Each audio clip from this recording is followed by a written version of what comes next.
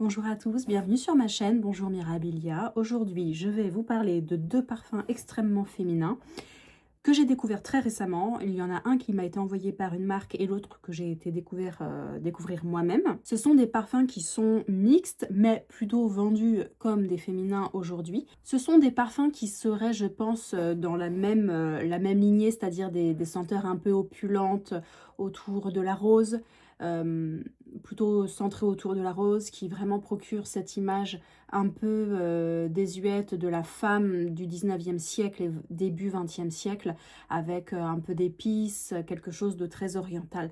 En tout cas, notre vision orientaliste de la femme. Le premier parfum dont je voudrais vous parler, c'est un parfum de la maison Histoire de Parfum, qui est une maison que j'apprécie particulièrement. Je vous en parle depuis le début de ma chaîne, il y a 7 ou 8 ans, je pense. Je vous ai parlé il n'y a pas très longtemps d'Encens Roi, je vous ai parlé de Ambre 114, je vous ai parlé de 1804 évidemment, qui est l'un des seuls parfums fruités que j'apprécie. Et ce que j'aime particulièrement dans cette maison, c'est évidemment l'histoire qu'il y a autour des parfums, parce qu'ils ont fait l'effort de rattacher des dates à certaines créations et ça évoque à chaque fois un épisode particulier ou une figure célèbre française généralement. Enfin bon, bref, moi j'adore cette maison. C'est aussi la grande sœur de la maison Olibanum, dont je vous ai aussi beaucoup parlé, qui est une maison qui tourne autour de l'encens. Et forcément, vu mes publications, ça avait du sens d'aller les découvrir. Je digresse, mais c'est pour vous dire que voilà, c'est une maison que j'apprécie beaucoup. C'est une maison que j'apprécie beaucoup et que j'ai découvert il y a des années. Des années, ils étaient vendus à l'époque au Carrousel du Louvre à Paris et j'adorais aller après mon travail y faire un tour, etc. J'ai pu choisir dans leur gamme un parfum qui me tentait depuis très longtemps, que j'avais senti en échantillon, que j'avais senti un peu sur moi, mais que j'avais jamais acheté. Donc là, c'était l'occasion parfaite. C'est le parfum qui s'appelle Moulin Rouge 1889. C'est un parfum qui fait partie, on va dire, de la famille un peu féminin, cosmétique, maquillage, poudré. Et vous savez à quel point, et j'en avais fait un reel sur Instagram, j'aime les parfums autour de l'odeur du rouge à lèvres, de la poudre, ces odeurs un peu ces odeurs très théâtrales. J'en connais beaucoup aujourd'hui, maintenant, des odeurs très différentes. On va du poudré très crémeux à l'odeur du raisin, du rouge à lèvres extrêmement sec, extrêmement réaliste. Et celui-ci, il est très intéressant. Alors pourquoi? Parce que c'est un parfum qui a été créé en collaboration avec le Moulin Rouge, qui est une salle de spectacle parisienne, je pense que vous en avez entendu parler, qui est devenue depuis leur signature olfactive. Et c'est un parfum qui veut évoquer l'univers du cabaret, mais pas seulement. On n'est pas dans, pour vous le décrire, on n'est pas dans une odeur typiquement cosmétique. On est dans une odeur de salle de spectacle. C'est-à-dire que c'est un parfum qui va être un peu plus épicé. Dedans, on y retrouve de la mandarine, de la prune, de la cannelle. On a de l'absinthe pour justement faire écho début Belle Époque, à la fin du 19e, début 20e. On a cette évocation de la rose de Damas, de l'iris, du patchouli évidemment. Et ça donne une composition qui a cette première envolée je dirais presque de fumée de cigarette, avec un peu de rose, un peu de produits cosmétiques que les danseuses s'appliquent avant d'entrer sur scène, qui est un maquillage, vous savez, qui est plutôt gras. Mais c'est pas un parfum qui est linéaire. On a vraiment une densité, je trouve, de matière et d'univers. C'est-à-dire qu'on va sentir le maquillage, on va sentir la salle de spectacle, on va presque sentir les boissons. Et c'est vraiment quelque chose qui s'en ressent sur la peau, en tout cas. C'est vraiment un parfum qui s'en ressent sur la peau.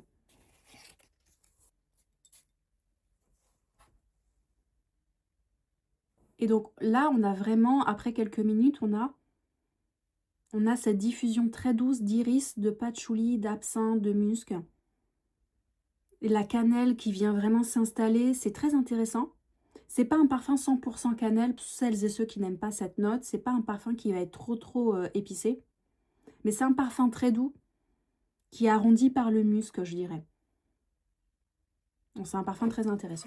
C'est comme si on avait mélangé une odeur un peu d'apéritif, une sorte de kir royal avec du patchouli et cette odeur de cosmétique. C'est très intéressant et c'est justement pas un parfum qui va être trop typé cosmétique. Parfois on a du mal à l'assumer. Vous voyez, c'est trop féminin, trop girly, trop maquillage, et parfois ça peut déranger, c'est pas forcément ce qu'on recherche. Là, c'est un parfum qui est construit autour d'un vrai univers, et là, c'est un parfum qui est construit autour d'un vrai univers, et je l'ai beaucoup apprécié. Donc voilà, je voulais vous en parler aujourd'hui. En plus, il est très joli, j'adore ce flacon. Le deuxième parfum que je voulais vous présenter aujourd'hui, j'ai commencé à remplir, vous allez voir, une boîte à échantillons. J'ai pris une petite bonbonnière vintage et dedans, je vais y mettre les créations. Alors, j'ai fait un sacré tri, j'en ai que deux. Il y en a un dont je vous ai parlé il n'y a pas longtemps. Mais le parfum que je voudrais évoquer avec vous aujourd'hui, qui est également une belle découverte extrêmement féminine, parfait pour la saison qui arrive. Alors, c'est un parfum de la maison Frédéric Malle. Frédéric Malle, pareil, je vous en ai déjà parlé. Je possède un seul parfum de cette maison qui est la bigarade concentrée, une explosion d'épices et d'orange amer, très particulier. Et en fait, il y en avait un qui me faisait de l'œil depuis très longtemps, que j'avais jamais trop réussi à sentir parce qu'à chaque fois, je tombais sur des testeurs vides ou la marque était plus distribuée. Bref, c'est Portrait of a Lady. C'est une création de Dominique Ropion. Et c'est... Alors, pourquoi je vous disais que c'était un peu dans le même univers? C'est parce que c'est un parfum qui aussi veut mettre en lumière le début du XXe siècle. Donc on est dans la réalisation d'un parfum chypré, qui était la famille olfactive préférée des femmes de cette époque. Et donc pour cette création, Portrait of a Lady, on est dans l'évocation de la féminité très opulente, très orientale. Pourquoi je dis ça? Parce que c'est une construction autour de la rose de Turquie, qui est une rose qui est alors phénoménale. Il y a plusieurs types de roses, vous le savez. La rose est une note avec laquelle j'ai beaucoup de mal parce que typiquement quand elle est, je sais pas, trop fraîche, ça m'évoque des notes pas forcément joyeuses. Ça tourne vite, je trouve, dans un macérat de rose un peu fané qui stagne dans l'eau. Il faut que ce soit bien réussi et j'aime pas franchement beaucoup de compositions autour de la rose. J'en aime très très peu. Généralement, ce sont des roses épicées que j'apprécie. Et là, on n'est pas forcément dans une rose épicée, mais on est dans une rose un peu différente de ce que j'ai senti. La première fois que j'ai senti ce parfum sur peau, j'ai eu cette sensation de rose pourpre, rose bordeaux. Et vous savez, quand elle a éclos, et que les pétales sont sur le point de tomber. Et quand vous les attrapez dans vos mains, vous avez cette sensation de froisser les pétales dans vos mains. Et vous avez une sensation de rose lourde, de rose opulente qui se dégage. C'est vraiment ça. C'est cette première sensation que j'ai quand je sens ce parfum sur moi. Et puis après, ce qui est super beau, c'est l'évolution du parfum avec l'ambre et l'encens. Il y a plusieurs notes qui sont dans cette composition, mais moi j'ai décidé de mettre en avant... l'encens parce que c'est ce qui se dégage. On a cette sensation un peu rose au Liban, qui est le nom naturel botanique de l'encens. Et ça lui donne une évocation presque mystique, extrêmement féminine. Alors, je ne sais pas si c'est un parfum que j'assumerais de porter parce que on est assez loin des odeurs que je porte généralement, même dehors. Et je pense qu'en toute petite touche, vu que c'est une création Frédéric Malle, moi j'en aurais pas besoin de beaucoup. Je sais qu'il y a certaines créations qui tiennent plus ou moins bien selon les peaux. Mais ça, c'est une odeur qui est... Je vais le retester aujourd'hui d'ailleurs. J'en ai pas beaucoup. Ah, là, on est vraiment dans cette odeur de rose. Vraiment... Ouais. On est dans la rose qui est vraiment... qui est bien grasse, qui est ouverte, qui est bien grasse. On est dans une rose très charnelle. Les deux parfums à la rose que je possède vraiment autour de la rose aujourd'hui, c'est celui-ci, Rosa Novella c'est Rosa Novella de chez Santa Maria Novella, qui est une rose épicée, qui n'a pas beaucoup de tenue, hélas. Mais on n'est pas, vous voyez, dans cette rose, on n'est pas dans cette rose charnue. On est dans une rose, très sympathique, mais pas aussi charnelle que celle-ci. Là, il y a l'encens et l'ambre qui se dégagent tout de suite, et c'est vrai que ça donne un ensemble très mystique, finalement. Et le deuxième parfum que je possède autour de cette note, c'est l'eau capitale de Diptyque, qui est une rose plus, rouge que celle-ci, mais qui est associée au patchouli de mémoire.